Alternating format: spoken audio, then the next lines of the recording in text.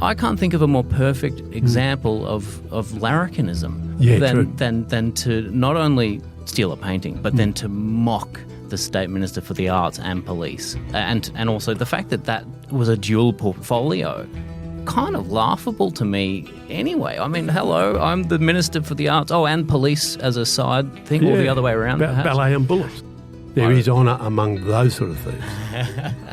Because they weren't really thieves. I'm Andrew Rule, this is Life and Crimes. Today we talk to another author. We've talked to a couple recently. Today's guest is Aidan Prewitt.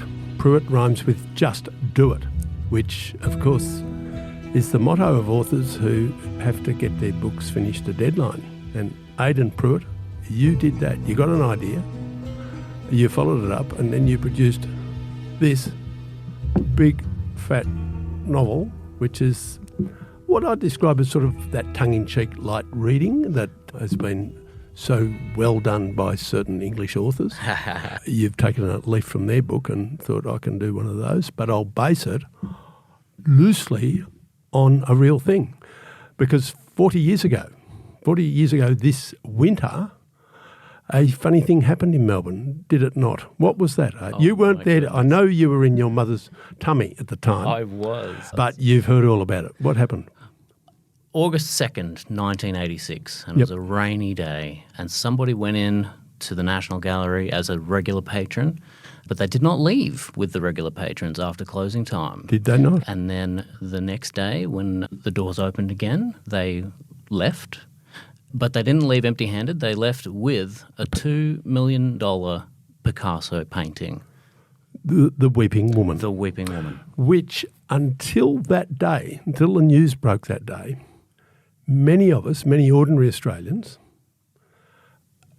wouldn't have known much about it. It was the most expensive painting at that time that the Australian galleries had bought after Blue Poles back in the 70s. Absolutely. But wasn't nearly as controversial as Blue Poles because Picasso, I guess, was sort of a bankable name. But they'd paid $1.6 million for it, and by the time it vanished and had its little holiday, it was worth probably $2 million. Easily but $2 million. As you point out in your most excellent novel, the notoriety that came from the theft and the ransom attempt, that made it famous. It wasn't nearly as famous before that. Absolutely. This crime was almost a tribute to the theft of the Mona Lisa that happened back in 1911 when Excellent. An Italian national decided, I'm going to repatriate the Mona Lisa back to Italy, which it's contested as to whether that was his real motive because... Given he'd pinched other stuff Absolutely. And sold some of it to Picasso. Is that right? Picasso was found in possession of two statues and it was found that they were stolen from the Louvre around about the same time, but I don't believe it was the same thief necessarily. Because things go, even with the National Gallery, there are, even to this day, several hundred things catalogued, but not where they're supposed to be because the catalogue is so out of date, extensive and out of date. I mean, it's been around since the 1860s, I believe. Oh, I see. So all sorts of things happen. And somewhere, somebody's grandma's got one on a wall. People take things and hang them up and then they forget them and they die and their children don't know what they are. And, it could be an St. Gill or a... Oh, my goodness. It could be anything. He's hoping. Now, before we get into your book, your own grandmother, whose name you will know, she was a great gallery goer. Oh, she absolutely. Liked going to the... Yeah. She lived in Melbourne? She lived in Werribee. Werribee? So we'd jump on the train... And come up, and she would visit the gallery at least once a month. Really? She had her favourite paintings and she would go to every single exhibition that was held. She would purchase a print from all of the blockbusters and she would frame them and she would hang them up on her wall. And as a child, I would go to Werribee to visit Grandma. You got an education in fine art. And I just absorbed all of it. I had no idea what they were till I was much older. But the room I would sleep in as a baby and as a 2 and 3 or 4 year old, about the time I turned 2.5, I looked at this print of the Mona Lisa framed on the wall. Really? And I demanded that it be taken down because those eyes were watching you. Oh, they were, as a 2-year-old. Look, those eyes follow you. Is that? Oh, well, that's really good. Absolutely. So you were sort of introduced to the idea of art as part of the family at a young age, and your grandmother, who clearly you were fond of course, had made an impression on you, and I detect a sort of an affectionate nod to her in one of the characters in your story. Basically, you've invented three characters, 2 women and a guy, and they are ranging from middle-aged to senior middle-aged. Yes. And the oldest of them, Phoebe, is probably a little bit like your gran. Oh, 100%. A little bit. I don't know. Quite a lot, because my grandma, Gwenda, she taught English at Werribee High. Right. In fact, at the same time that Helen Garner taught English at Werribee High. Really? So they were colleagues, but years apart, and unless I can chat to Helen at some point, I dare say they probably didn't get along. They may have not necessarily shared the same values. Possibly not. Helen's a great writer, of course. Oh, absolutely. And one of the ones I admire most. But I think she's not one for small talk and all that. She's not out there to make friends just for fun. She's a serious unit. Not at all. And she's also very progressive, and my grandmother perhaps wasn't. Oh, so right, okay. I dare say they wouldn't see eye to eye. Yes, although it's funny, as people get older, their politics sort of get seen in different lights. They do. There'd be progressive people now who may not consider yes. Helen as progressive as she once thought of herself, which happens to everyone. The Picasso ransom. Now this, it seems to me, is at least the 5th book which has been inspired by absolutely the actual event, the theft, which shows the power of it. I think your fellow Shepparton born and bred author Anson Cameron, he wrote a book which I read, which is Stealing Picasso. Yes, and it's and wonderful. then there's others, and a very good documentary, I think, called Framed, and a book called Framed. Mark Fennell doing Framed, and that documentary is just a treasure trove because the archival footage is there, and you can see the characters there, Race Matthews and Patrick McCackey, and you really get a sense of those characters. And ththose characters exist in my book, but they're completely different, and they're named completely differently. Yes. But I think their spirit remains, and I loved playing with those guys. And Race Matthews, I remember him well. His wife, Ilona, used to work at the Age newspaper. Really? Yeah, so I worked with Ilona, and she was I was young and she was older than I was, and I couldn't claim to know her very well, but I would have thought he and she were members of what then passed for the progressive left. Yeah. As though he might have been quite as you painted. You call him... In my one, he's Ray Montrose. Ray Montrose, that's right. And a very good name it is. So basically you've created 3 primary characters, Dave or David, Phoebe, the sort of grandmotherly one, and then a rather dashing and exotic creature called Eva. And they go about their adventures in, sort of slightly slapstick fashion and a little bit of fun along the way. But because we're a true crime podcast, what I'm going to ask you about is some of the real things that happened. In your research, you must have uncovered a lot of interesting sidelights.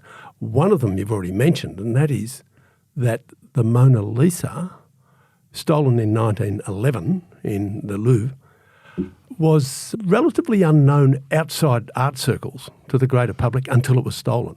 And the fact of the theft made it totally notorious.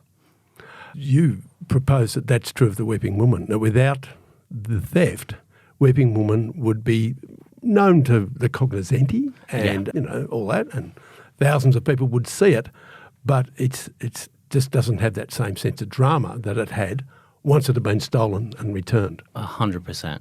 I didn't know that this crime had happened until about 5 years ago because I was in utero when it all went down. So it was all a surprise to you? It was all a surprise to me. And as soon as I found out about it, I could not stop researching it. I needed to get every book out of the library. I needed to read absolutely everything about it. This makes me feel very old. I can't think of a more perfect example of larrikinism than to not only steal a painting, but then to mock the State Minister for the Arts and police. And also the fact that was a dual portfolio is kind of laughable to me anyway. I mean, that's true. Hello, I'm the Minister for the Arts. Oh, and police as a side thing, or the other way around, perhaps. Ballet and bullets. Yeah. All of that sort of stuff. It is a fascinating thing. Definitely. So there's a mythology behind it because it was never solved. They got the painting back, obviously. It's still on the wall in the gallery. But after, I think, was it 12 days or? It was 3 weeks. 3 weeks. Yeah. Somebody got the call, somebody at the Age got the call. Yeah. Was it Margaret Simons? It was. And it's in Locker 227 down at Spencer Street That's Station, the as we then one. ced it, Yeah. which was a rather brutalist building. It looked like a vast Russian public toilet in some respects. But it served its purpose. It was a modern place until it wasn't, and then it was knocked over and they built Southern Cross. But it had all these luggage lockers. I remember them. There were lots of them. They're quite big. You could put a suitcase in it. It was made really for country people to come to town, put a suitcase in there, and then go and do things and then come back and claim the luggage, which of course was a great service, but something that really doesn't happen anymore because of the potential for bombs and things. So you don't see those sort of things anymore. I think the IRA in London might have paid to that sort of stuff. Makes a lot of sense. But anyway, when they got to number 227 with the master key from the station master, there was a package in there and it was the missing Picasso. It was the missing Picasso. And he got screwed back on the wall and everybody went home happy. And no one ever put their hand up and said, I'd done it or she done it. Or that is the most unbelievable part of the story, is that here we are 40 years later and we still don't know who it was. It's self-serving, this, of course. It goes to my theory that crooks will nearly always sell each other out if they have a reason to do so. Yeah. They're very staunch and wonderful and don't talk unless it suits them, and then they will.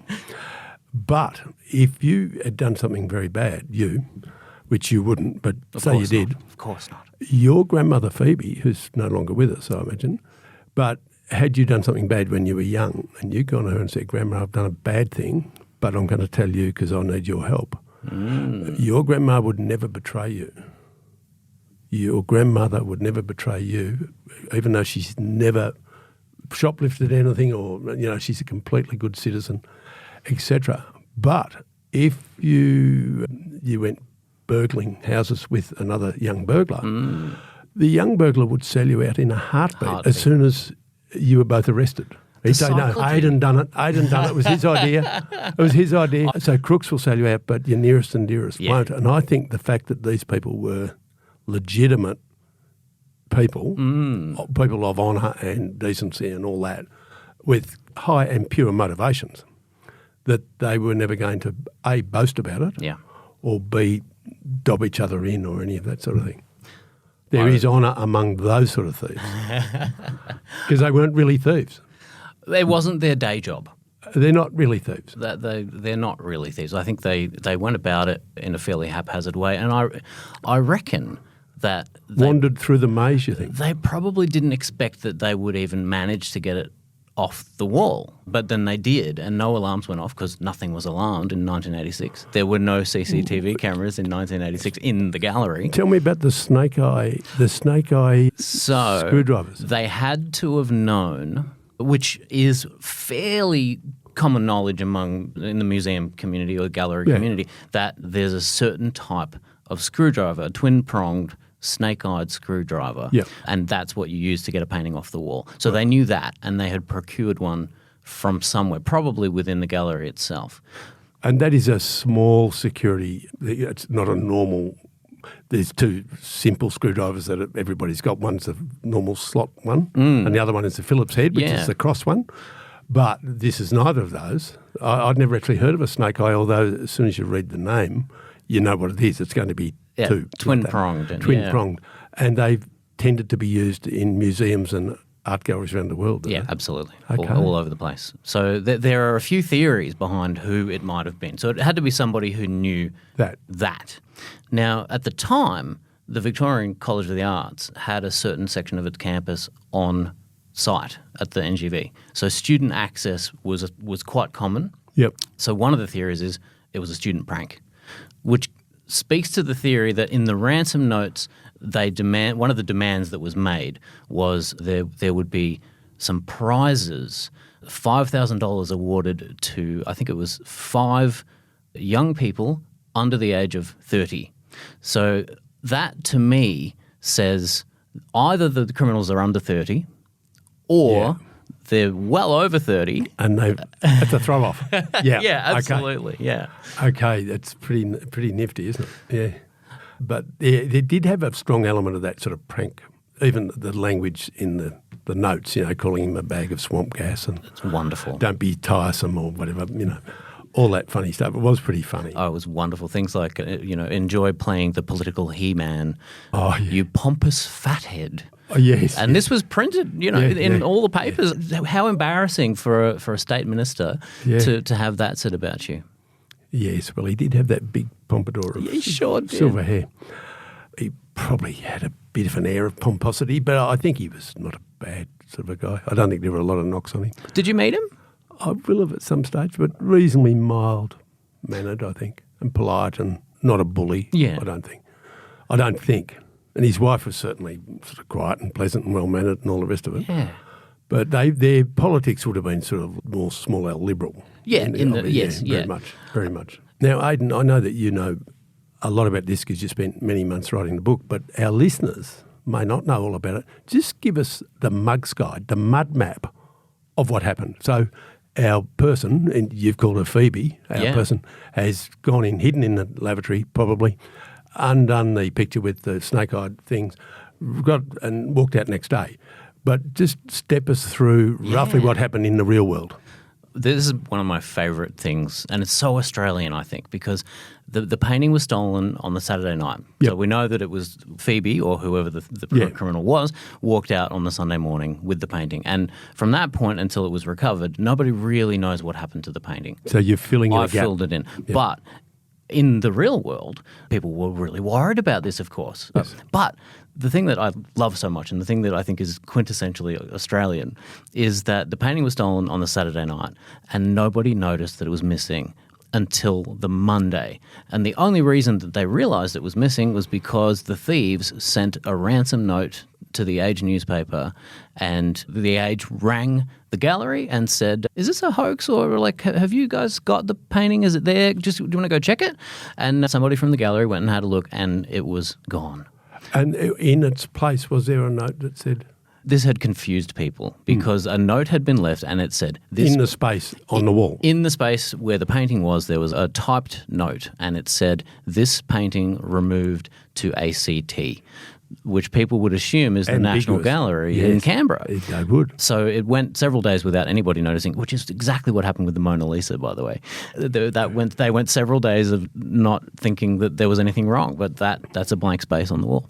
Anyway, the ransom note arrives and all hell breaks loose, and we've got 4 police officers scouring the gallery. They drained the moat. They thought it might be here still and it's a prank. But then soon enough they found the frame, which had been left in an alcove, an empty frame, and they immediately knew there's some foul play now, and we need to take this ransom note quite seriously. The ransom demands were a 10% increase in arts funding across the board over the next 3 years with the state budget. Yep. And Race Matthews, the Minister for Arts and Police, got on the radio and he said, "Budgeting by blackmail is just not on." And so the criminals sent another ransom note. There was no email in 1986, so they had to allow for postage time. So a couple of days later, another note arrived, and it called the minister a tiresome bag of swamp gas. Thank you. And said Wonderful that phrase. if our demands have not been agreed upon by 1 week from the theft of the painting, you will begin to carry about you the smell of kerosene and burning canvas. So this, again, was published in all the newspapers, and it was all over the television, and it was a slow news week for pretty much everything else, I think. So this was getting a lot of coverage around the country and internationally. And eventually they said, "We will not acquiesce to these demands," and the deadline for the ransom passed. Yep. The next day, a another note arrived. With a dead match? A burnt match inside. And it Which said, was wonderful. Very cryptic. Very cryptic. I mean, there's no two ways about what they were trying to say. No.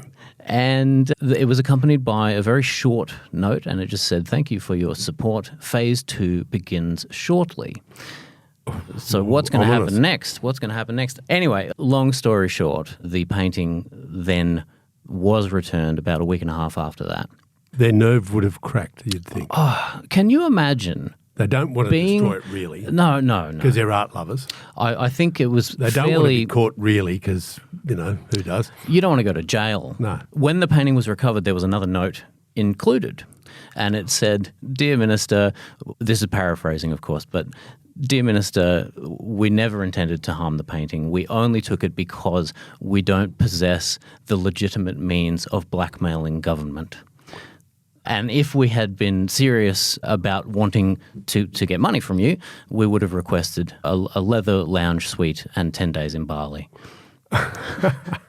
So the humour in all of these notes, it's I just love it so much. It's very funny.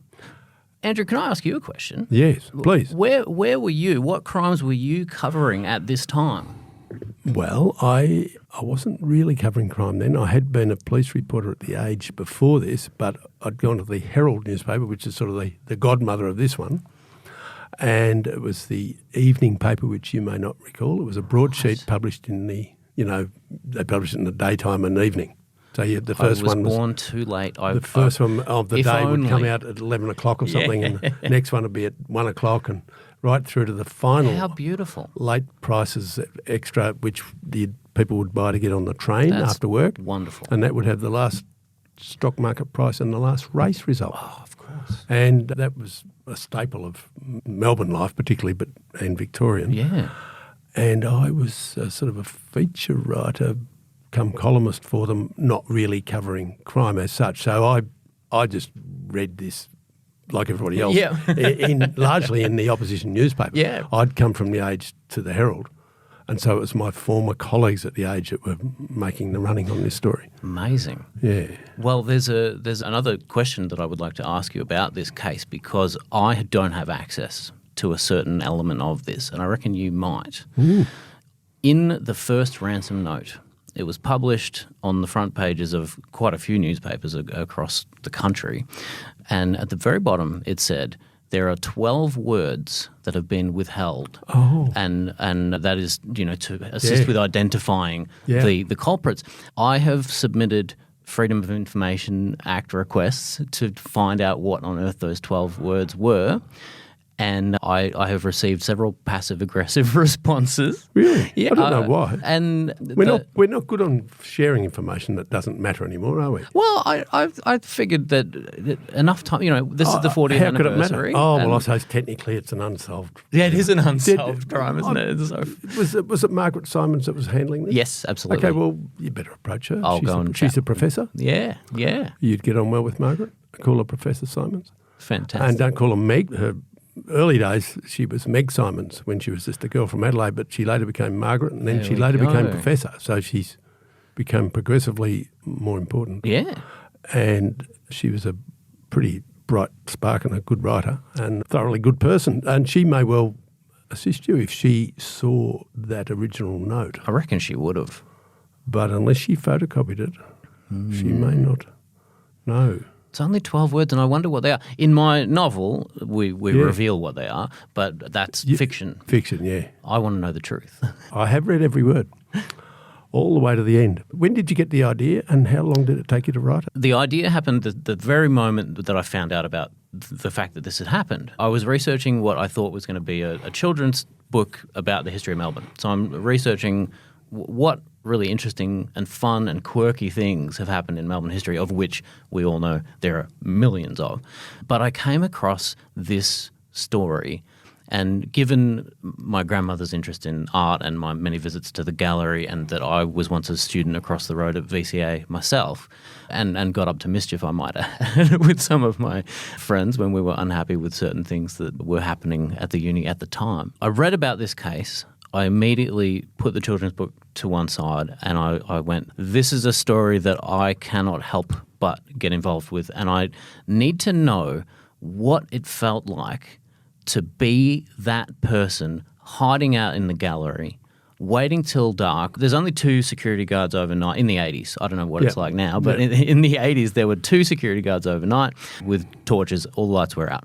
So what did it feel like to be secreted away in a bathroom maybe, or behind a wall, and to creep out with your snake eye screwdriver in the darkness, or with a tiny little torch, unscrew it, take it off the wall, take the frame off, hide the frame. Yes. And then what do? You just hide away again with the canvas, and then when the museum opens, you walk out again. What did that feel like? You're involved in this crime, start to finish, for what, 8, 9, 10, 12 hours? Long time. And I thought that was a very good passage in the book where the reader gets to think, oh, yeah, what would it be like? I'd have to sit on the toilet seat and with my feet up in case the guy walks in or whatever, with the door just a bit ajar, and hope they didn't, walk right in. Yeah. I thought that was very well imagined and very realistic, and it would make you think, oh, my God, it gets so uncomfortable and so cold and, whatever. It wouldn't be good because you couldn't really lie down on the tiles very well. Not in the 80s, not in a public bathroom. Wouldn't be ideal, would it? They'd probably have one of those cylindrical rolling towels to dry your hands. Oh, yes. How foul are they? Oh, dear. How long did it take you to write it? So I wrote a short story first because I just wanted to get something down on the page. And the short story was about 3,000 words long. But in that 3,000 words, I had my 3 main protagonists. Yep. The whole story was a tram ride. So Phoebe has already stolen the painting, and the story begins with her on the tram. Yep. It's a getaway tram. And she takes the tram, changes at Flinders Street onto another tram to get around to Spencer Street. Yep. And the whole story is just that one tram ride. Yep. But she's replaying the previous night and what it felt like to take the painting. Yep. And after I finished that 3,000-word story, which was a self-contained unit, I knew I had to take it further because these characters were running away with it. They sort of stole the show and they wanted to do their own thing. You could feel it. Yeah, that is good. Have you researched some other art, real life art frauds, art thefts, art rackets? I presume you've read the most excellent book by Gabriella Kozlovich about the Brett Whiteley stunt, where they were certain scallywags were allegedly forging Brett Whiteley's work. Brett Whiteley painting. I will have to check this out. Gabriella Kozlovich, who worked at The Age back in the day, covering art stories a lot, she wrote a book, and she was assuming that this fellow that had been charged, a couple of guys had been charged, one art dealer called Peter Gant, heard the name, ex-Geelong College lad, used to run a SP bookmaking operation at boarding school. Right. And he's an Indian chap who was a very good imitator of paintings, a technically correct painter, that it was alleged that these people had done these knockoffs. But in the end, they beat it at trial on a, I don't know about on a technicality, but anyway, they beat it at trial, which meant that her book suddenly had to have a slightly different, I think it might have had to have a different title. But it is a very interesting book about a real-life art racket. And it seems to me that art, like racehorses, is full of rackets. And, so much. And all sorts of funny things, because art and racehorses are worth whatever someone will pay for them. Oh, absolutely. Which is not an absolute value so much as a perceived value. And that various people, I know of one bookmaking identity who at one stage was an art dealer and was accused of skullduggery. I love it so much. The potential for a good yarn to be spun out of this kind of thing is endless. It's limitless, and it's all happened before. It has, The truth is stranger than fiction. And it's where the sort of intellectual arty world melts into fraud and theft. It's an interesting subset. The intersection of those two things, art and crime. Very interesting. Well, same with racing. Yeah. And there are very honest people in both industries. Yeah. Of course. But they are very aware that not everybody around them is as honest as they are. And they make allowances for that. Yeah, you'd have to. But nobody wants to really blow the whistle too hard, because you don't want to lower the esteem or the value of the industry you're in. Definitely. So, as they say, don't, if you're selling fish, don't cry stinking fish. As my grandmother used to say. So both games, you've got people who might suspect that certain things aren't right, but they're not going to blow the whistle. They just steer clear of particular paintings. And they might say to their good friends, don't buy that one. It might not be quite right. Yeah. It's all they say. Quite right. They don't say it's a dirty, filthy fake. But it might. You never know. There is a question Perhaps you should of provenance. go to this one. And I suspect that the art market has a higher percentage of fakes in it than anyone is ever going to say. Who's going to admit to that? Well, not if they've paid a lot of money for something. Oh, yeah. And they want to sell it again. Can I ask you another question? Yes. So I actually reread Chopper Reed's book about a year and a half ago. Wonderful. And in it, he makes a specific accusation about an art-related crime. In 1975, the curator of the Australian exhibition was murdered. Yes.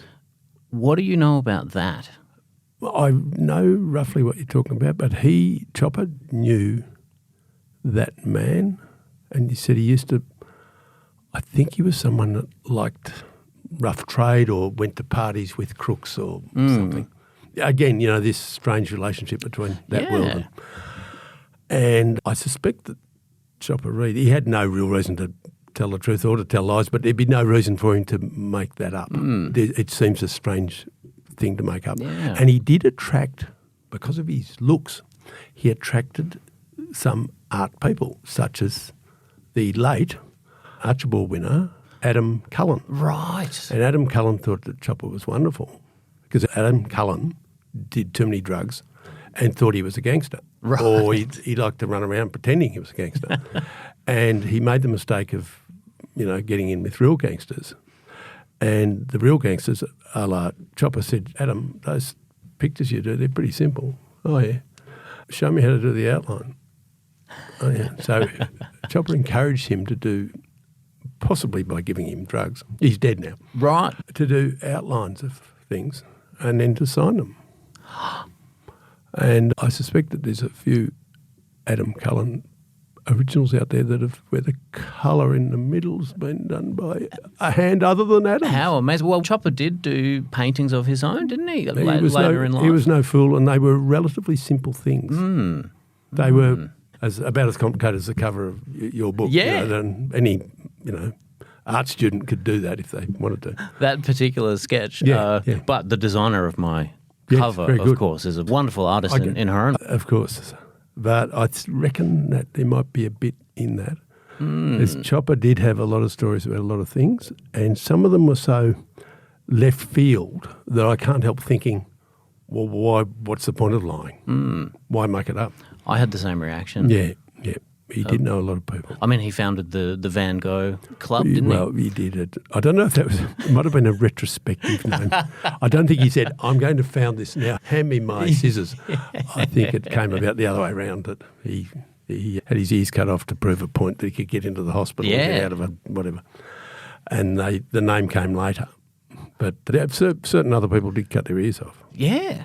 Parts of their ears. When you're onto a good thing. We're talking to A.T. Prewitt, otherwise known to his parents as Aidan Prewitt. His book is The Picasso Ransom. It's a very attractive book, beautifully designed cover. It's sort of jolly and funny in its way. And it's a rollicking read. And I read it just to show that it can be done. And it is interesting that they had sort of the last laugh in a sense, but they could never really afford to spell it out anywhere else, or else the law would come for them. Because Absolutely. I presume it's still an open open, yeah. You could be prosecuted right up until you're 89 years old or something. I'm hoping for a deathbed confession. Would be wonderful. I would love to know. And then there's also part of me that the mythology speaks to me so much that if we did know, it might actually kill a little bit of the myth. Oh, always. So not knowing. Cold cases are fascinating. Yeah. And the minute something's solved, it's not fascinating.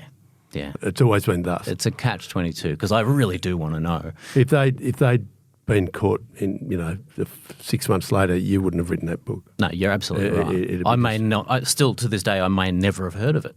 It's the same with so many things. The Jaden Lesky case in Gippsland Mall had that little boy, his body been found at that house where he undoubtedly died. All we would have seen was a 29-year-old Morwell man was last night charged in connection with the death of 4-year-old boy, yada, yada, yada, and that would sort of 24-hour news cycle. Well, we'd get the court case and it wouldn't be good, but it was the not finding him. He's vanished. Yeah. That's what makes it big. Absolutely. Wow. That was one of the first – I was 11 when that happened, and it was one of the first big stories that really stuck with me. And was it the same year as Princess Diana? Oh, nearly. It was in there. In that era, in anyway. That era it was. Might well have been 97 or something. Something like that. Yeah, I think something you're like right. that. But you'll remember clearly because you were 11. Yeah. And it was big. I was about to read the Chopper Read book. Oh, my goodness. And have my world changed forever. A bit young for that. Yes, elements I'm very familiar with. Elements of it, because I wrote some of it.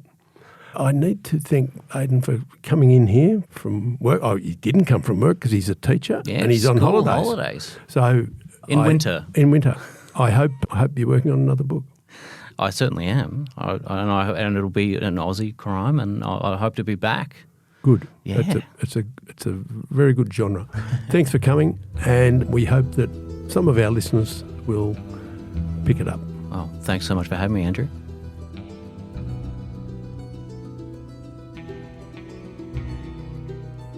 Thanks for listening. Life and Crimes is a Sunday Herald Sun production for True Crime Australia. Our producer is Jonty Burton.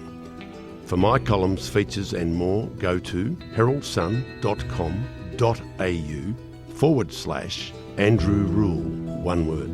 For advertising inquiries, go to newspodcastssold@news.com.au. That is all one word, newspodcastssold. And if you want further information about this episode, links are in the description.